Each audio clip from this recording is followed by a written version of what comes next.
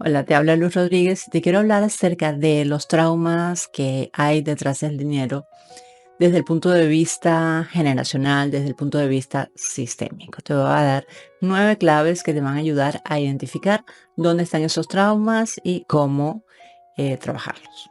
La primera clave es identificar patrones generacionales.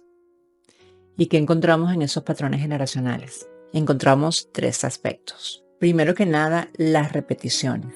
Observa si se repiten quiebras, si se repiten pérdidas económicas, deudas, pobreza o dificultades financieras a lo largo de diferentes generaciones. Esas situaciones que dentro de la familia se está repitiendo, que le pasa al tío, que le pasó al abuelo, que le pasó a nuestros padres. Entonces, estas repeticiones ya son una clave para identificar esos patrones generacionales. Luego tenemos los éxitos y los fracasos cíclicos. Identifica ciclos donde las personas logran cierto éxito económico y luego de repente este éxito económico desaparece y viene seguido de ruina o viene seguido de que han perdido todo rápidamente. Entonces, también eso lo puedes observar en tu familia. Si ha pasado que de repente tienen un periodo de mucha abundancia y de repente no tienen absolutamente nada. El tercer punto es ausencia de riqueza sostenida. Es como que sea imposible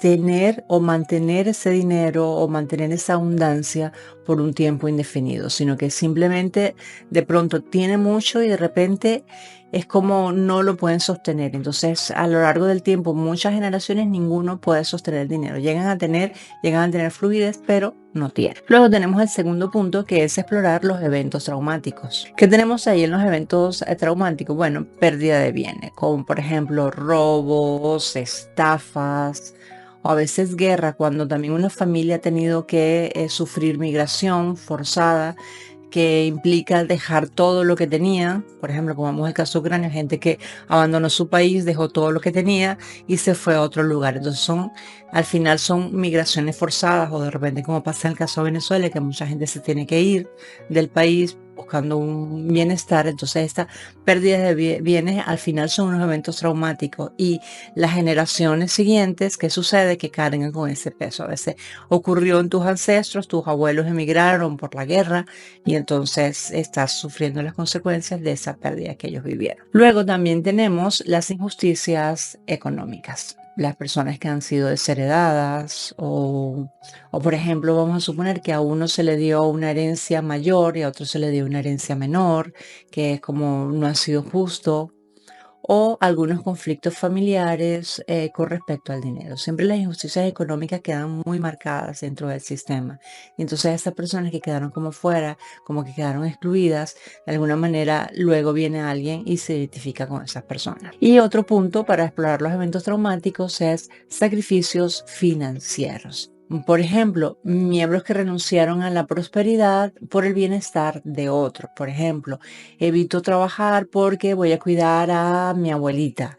Entonces, ¿qué sucede? He sacrificado mi vida, he sacrificado incluso, sacrificó mi vida de soltera, sacrificó mi vida de casada o sacrificó tener hijos por cuidar de otras personas. Entonces, esos sacrificios también se ven, porque a veces yo, cada vez que estoy teniendo éxito en el dinero, entonces sucede algo que de pronto tengo que sacrificarme por esa situación. Tenía un dinero, pensado que iba a hacer un viaje y de repente no puedo hacer ese viaje porque se enferma un hijo, o porque se enferma un familiar, o porque de pronto el auto le falla algo, y entonces esa es un sacrificio financiero, algo que ocurrió, un trauma que ocurrió anteriormente, alguien que se ha sacrificado, y entonces luego viene una hilera de personas que vienen también repitiendo esos sacrificios. Luego también tenemos observar dinámicas del sistema.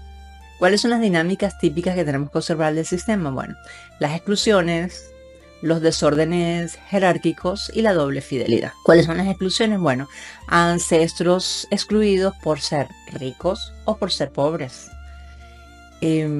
Esto que sucede va a generar lealtades invisibles o rechazos hacia el dinero. Entonces, una persona que de repente se ha rechazado porque tenía mucho dinero, entonces ese se le veía como el malo, Entonces, ¿qué sucede? Yo no quiero ser mala como esa persona, por lo tanto no tengo dinero. Entonces tengo una relación ambivalente con el dinero. Luego están los desórdenes jerárquicos. Por ejemplo, a veces los hijos que se quieren hacer cargo de los padres y entonces no atienden a sus propios hijos, no atienden a su pareja porque están encargándose de asumir los roles financieros que no les corresponden. Entonces están encargándose de sus padres, quieren encargarse de toda la familia, de los sobrinos y de todo.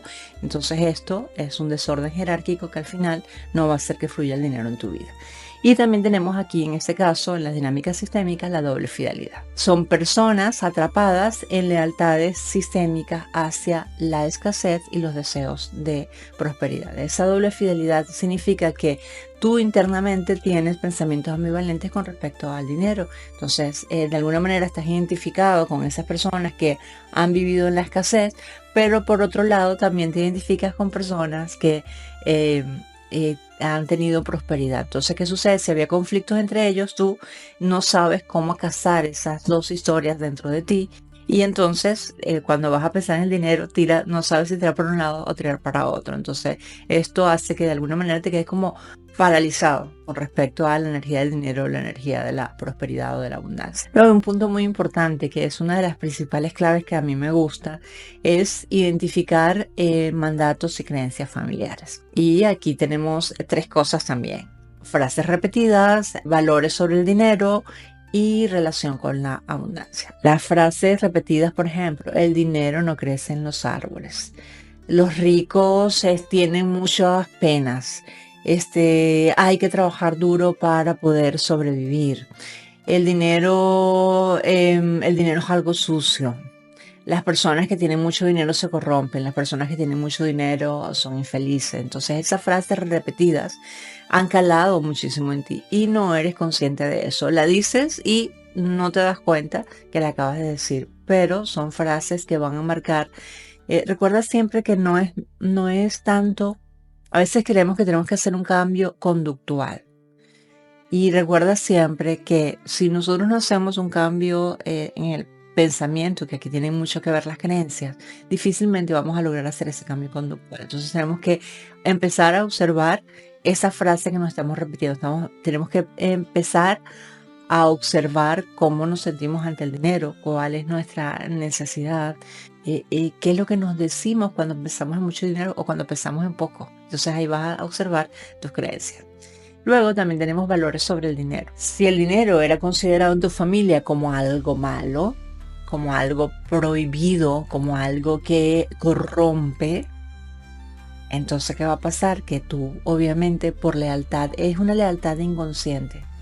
Y ojo, yo no quiero que utilices estas lealtades o estas creencias familiares para justificar de que tú tienes problemas con el dinero. No, es simplemente para que tomes conciencia y empieces a trabajar en ti, empieces a observar cuáles son esos valores, a redefinir, a reescribir esos valores sobre el dinero.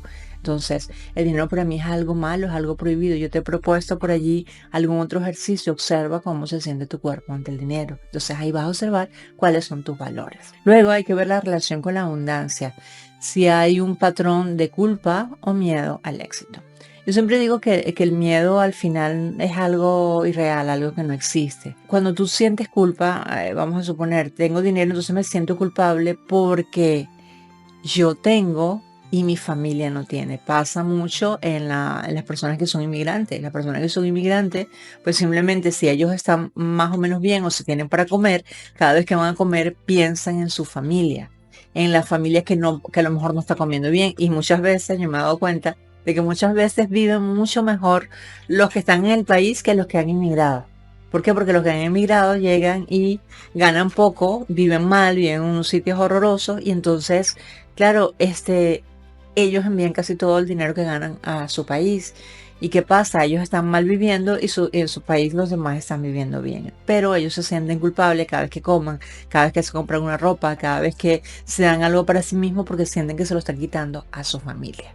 Entonces hay que revisar esa relación con la abundancia. Yo creo que no me lo merezco o me siento culpable porque yo lo tengo y los demás no lo tienen. O a veces porque yo lo tuve. Por ejemplo, vamos a suponer si hemos querido mucho a una abuela Entonces nosotros hemos tenido muchas bendiciones en nuestra vida y vivimos muy bien. Y entonces, ¿qué pasa? Nuestra abuela no tuvo esa oportunidad, entonces nos sentimos culpables y por lealtad a ella, entonces tenemos esa relación con la abundancia y recibo la abundancia o la prosperidad o el dinero con culpa. Y vamos con el quinto punto. El quinto punto es examinar esos roles familiares. En esos roles familiares hay tres cosas: los héroes y los mártires, los chivos expiatorios y los beneficiarios problemáticos.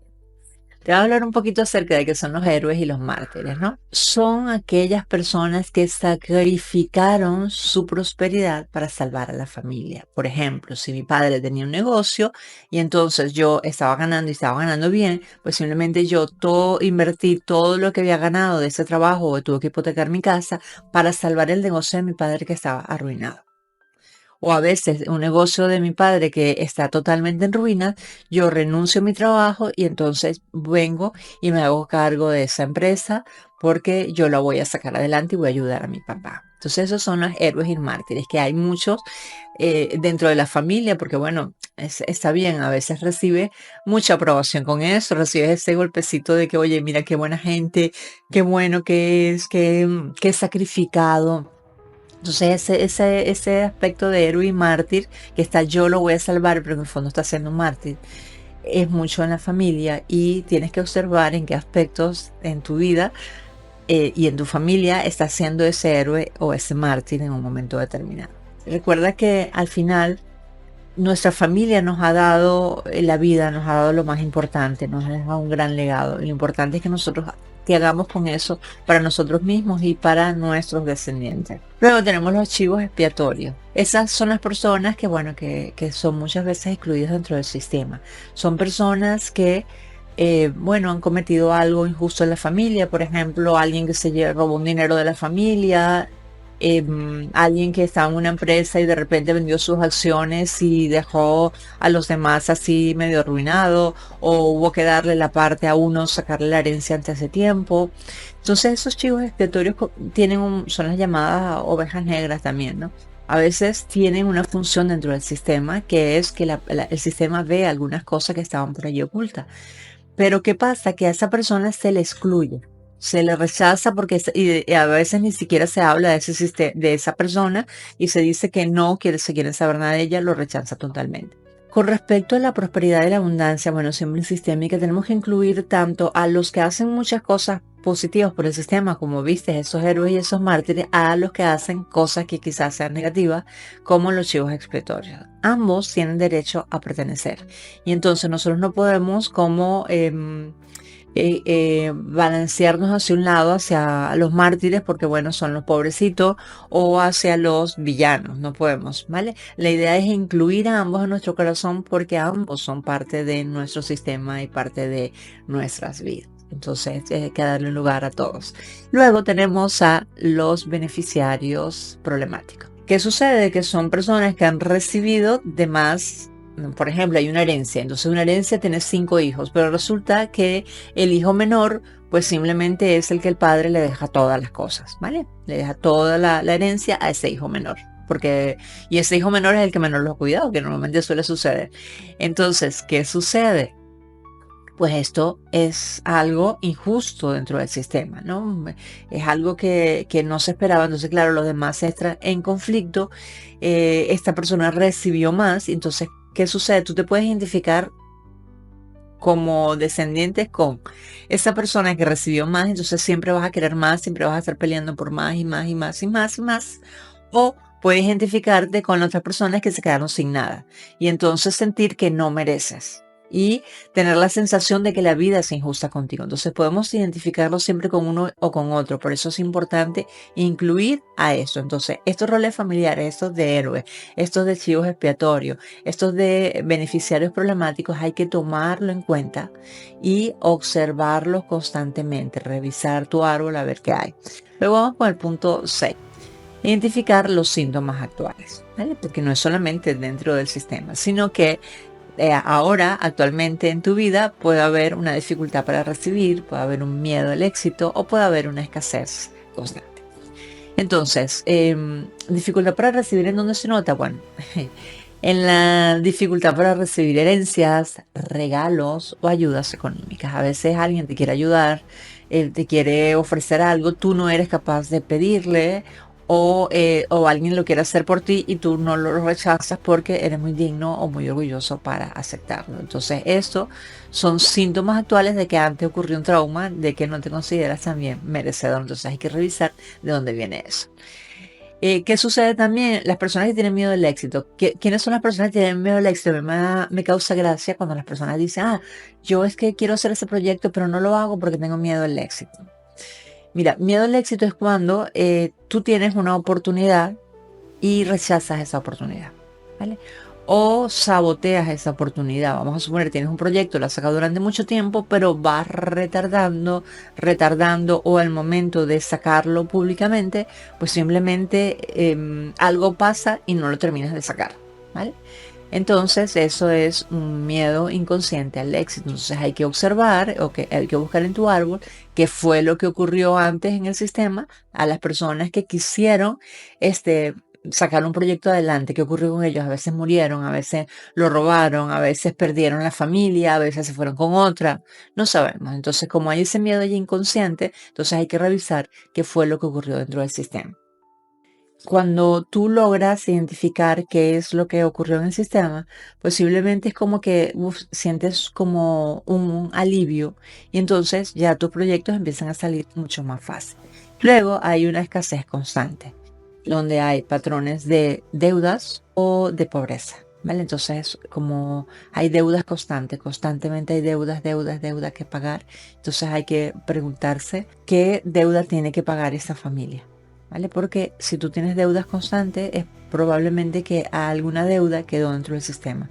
A veces son terrenos que no se han pagado, cosas que la familia, por ejemplo, se apropió y no lo sabemos. Entonces, esto es algo que se tiene que indagar y buscar para identificar eso que está sucediendo en ti. Esos son síntomas que tú puedes estar viviendo en tu vida y son consecuencia de traumas anteriores. El séptimo punto es observar la exclusión de recursos.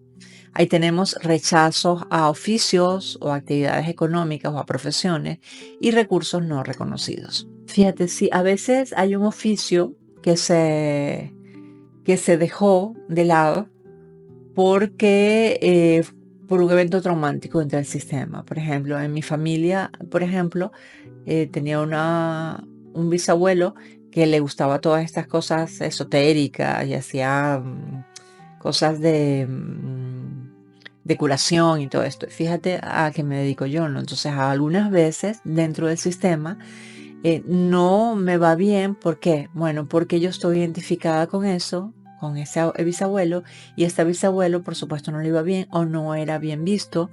Entonces, o porque sucedió algo, y entonces, ¿qué sucede?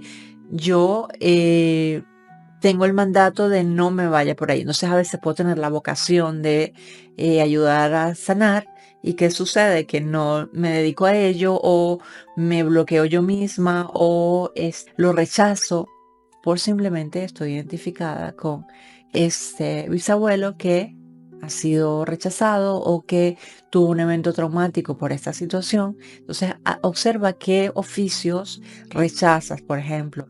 Rechazas, tienes una oportunidad de un trabajo y dices, no, por allí no me quiero ir. O a veces, por ejemplo, en la familia, cuando hay la negación de que seas artista. Si eres artista y no puedes hacer cualquier cosa, pero los artistas se mueren de hambre. Entonces hay que revisar quién fue el artista que se murió de hambre dentro del sistema. Y eso es lo que te están transmitiendo.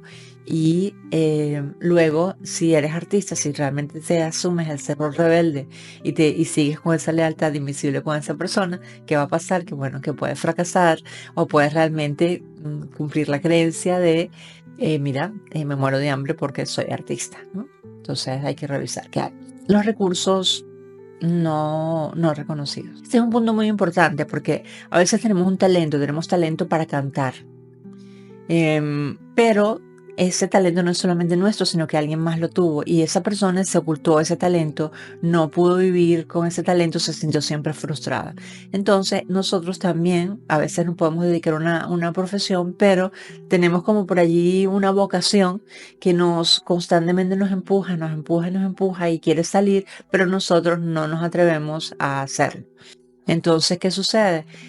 Allí estás negando también tu prosperidad, porque eso que tú eres y eso que tú haces, entonces estás negando la prosperidad. Ahora cuando yo estoy haciendo esto contigo, que te estoy aquí hablando contigo, estoy usando mi fuente de prosperidad. Me encanta enseñar, me encanta compartir un mensaje de mi experiencia, de lo que sé, de lo que voy aprendiendo. Entonces, yo estoy en pro de mi prosperidad cuando lo comparto contigo, pero si me quedo callada, no digo absolutamente nada, pues estoy en contra de mi prosperidad. Entonces, fíjate que esto a veces es como, si sé mucho y he estudiado mucho, pero no comparto con los demás lo que sé, pues simplemente ahí estás dándole una patada a tu prosperidad y a tu abundancia. Luego, en el punto número 8, hay que revisar las emociones asociadas con el dinero. La culpa, el miedo y la rabia o resentimiento. La culpa, sensación de no merecer, sensación de no merecer el éxito económico, de no merecer la abundancia, de no merecer la prosperidad. La culpa no te ayuda a ti ni a nadie. La culpa normalmente tiene que ver con una lealtad que tienes con alguien, ¿vale? Ya te dije, si alguien no tuvo y tú tienes, eso te va a generar un montón de culpa. Entonces tienes que aprender a vivir desde la sistémica. Hay que aprender a vivir con esto, que tú, sí, tus ancestros en ti han triunfado, porque tú tienes un montón de bendiciones que ellos no tuvieron. Entonces, más bien deberías sentirte agradecido por eso y hacer y construir algo bueno con eso, ¿vale? El miedo a perder, tengo esto y me da miedo a que me lo quiten. Tengo miedo a perder o a ser rechazado por tener dinero. Entonces, claro, si yo tengo miedo, mejor no digo que tengo dinero porque van a querer aprovecharse de mí. Mejor digo que no tengo dinero porque me lo van a venir a querer quitar o voy a traer a falsos amigos. Entonces, este miedo con respecto al dinero, observa siempre cómo es tu cuerpo, cómo reacciona tu cuerpo al dinero. Luego, la rabia o el resentimiento. La rabia o el resentimiento es aquellos que tuvieron y no compartieron sus recursos. Por ejemplo, si tuviste un padre que te abandonó y que obviamente tenía una cierta posición económica y que tú no tuviste dinero, obviamente vas a estar muy resentido con ellos, o una madre que así, o un hermano así. Al final el resentimiento, yo siempre digo, ¿no? Hay un dicho por allí que es como coger un fuego en la mano y pretender que ese fuego haga daño al otro. El resentimiento tú estás sintiendo una y otra vez y una y otra vez y te estás envenenando tú. Entonces no tiene sentido tener ese resentimiento. Entonces hay que revisar esas emociones. A veces también incluso tenemos resentimiento por el dinero o por las personas que tienen dinero. Entonces porque estamos proyectando sobre ellas nuestras propias carencias. Entonces hay que revisar eso. Y el punto 9 es que todo eso tiene solución. Todo eso tiene solución si usas herramientas sistémicas, ¿vale? Las herramientas sistémicas habituales para utilizar es una constelación familiar para revisar cuáles son esas dinámicas ocultas relacionadas con el dinero. Funcionan de maravilla. Yo te voy a dejar por allí un video donde puedes ver directamente aquí, puedes ver dónde está ese problema de dinero en una constelación para que puedas observar. Se pueden hacer constelaciones online que funcionan de maravilla o presencial y donde tú puedes ver qué dinámicas ocultas hay detrás de ese dinero, ver cómo estás bloqueándolo, ver qué situación. Y una cosa bien importante en las constelaciones, que normalmente yo recomiendo que hagan una constelación por tema, pero en el caso del dinero, como es una situación bastante, puede haber muchas capas detrás de ella. Entonces, una constelación de dinero, a veces podemos hacer constelaciones como encadenadas o escalonadas para ver diferentes capas de la situación con el dinero, el éxito, porque hay muchas cosas que le pegamos ahí al dinero. ¿Vale? Entonces una constelación sola no se puede ver todo, entonces a veces necesitamos como capas y capas de esa situación. Luego un punto también que me encanta es el genograma económico, ¿vale? Es como hacer un mapa de todo tu sistema familiar y colocar allí las creencias sobre el dinero, las situaciones que ocurrió sobre el dinero y observar todo eso en un gran mapa funciona de maravilla porque te das cuenta, te quedas wow, wow. A veces te va cayendo la quijada de lo que estás viendo. Y también nosotros tenemos un programa, es otro punto para usar herramientas, tenemos un programa de cómo aprender a fluir con el dinero desde el punto de vista sistémico. Entonces tenemos todo un método sistémico donde se realizan constelaciones, entre otras cosas, donde se realiza genograma, donde vemos creencias profundas que hay dentro de ti, donde vemos cuáles son tus bloqueos internos y allí también puedes sanar todas estas cosas que de verdad que son interesantes con respecto al dinero.